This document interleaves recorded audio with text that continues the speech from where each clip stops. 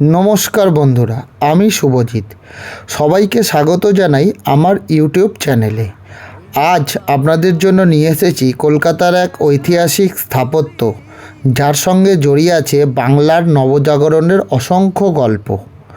ঊনবিংশ শতকে কলকাতা ছিল ব্রিটিশ ভারতের রাজধানী।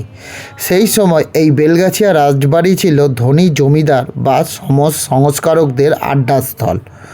পরবর্তীতে এই প্রসাদটি কিনে নেন বিখ্যাত সমাজসেবী দ্বারকানাথ ঠাকুর এবং তার হাত ধরেই এই রাজবাড়ি হয়ে ওঠে বিলাসিতা ও সংস্কৃতির এক অনন্য কেন্দ্র।